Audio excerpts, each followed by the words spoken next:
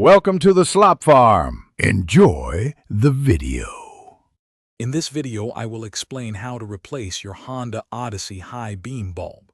Before you begin, gather all your necessary tools like a screwdriver and new bulbs. Always ensure your vehicle is completely off and cool to the touch to prevent burns. For safety, wear protective gloves and safety glasses throughout the entire process. This helps protect your hands and eyes from any potential hazards.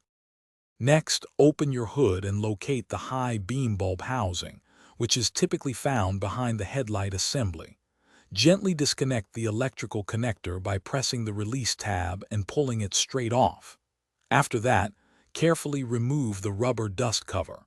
This cover protects the bulb from moisture and dirt, so be sure to handle it with care.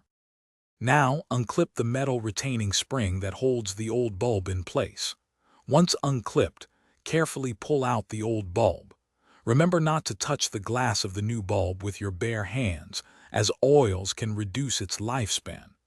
Insert the new bulb, making sure it's properly aligned in its socket, then resecure the retaining spring. Finally, replace the rubber dust cover, ensuring it forms a tight seal to protect your new bulb.